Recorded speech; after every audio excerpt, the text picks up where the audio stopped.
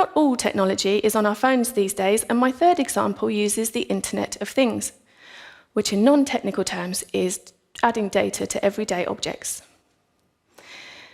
It is also an example of how active citizens, in this case cyclists, can contribute to positive change. Census data shows us that 8% of Dublin commuters cycle to work. And that number is increasing, but a target of 25% is still a long way off. Like many cities, Dublin was not built with cyclists in mind. We have narrow streets, big buses, tram lines, waterways, and one-way systems to deal with, not to mention very dark winters and lots of rain. Making cycling safer and easier is essential for our city to thrive in the future.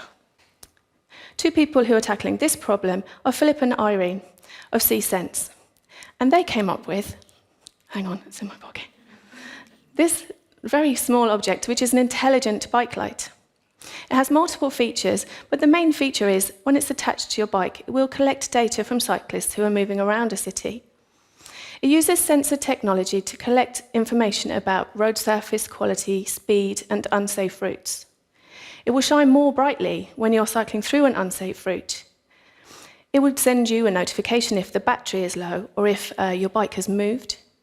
It will even notify an emergency contact if you need help. The data captured is aggregated and anonymized and shared with city planners who are working to improve cycling infrastructure and safety. It's one very simple but practical contribution, and I think it's a very clever little gadget that we can all get behind. So, those are three examples. There's a picture of the data moving around Dublin and the maps that can be built from the sensor data. So what do all three of these ideas and all of the change makers involved have in common? Well, we think they share a very clear sense of purpose. They understood the problem they were trying to solve. Their own knowledge and experience allowed them to stay focused even when the journey took them in an unexpected direction. They maintained that clarity of purpose. Secondly, they were all connected to other people.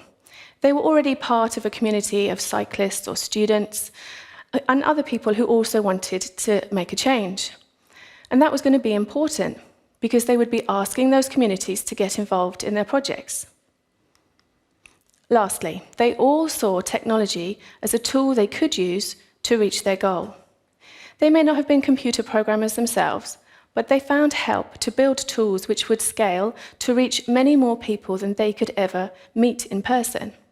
The impact they had would not have been possible without technology. Active citizens are an incredible force for good.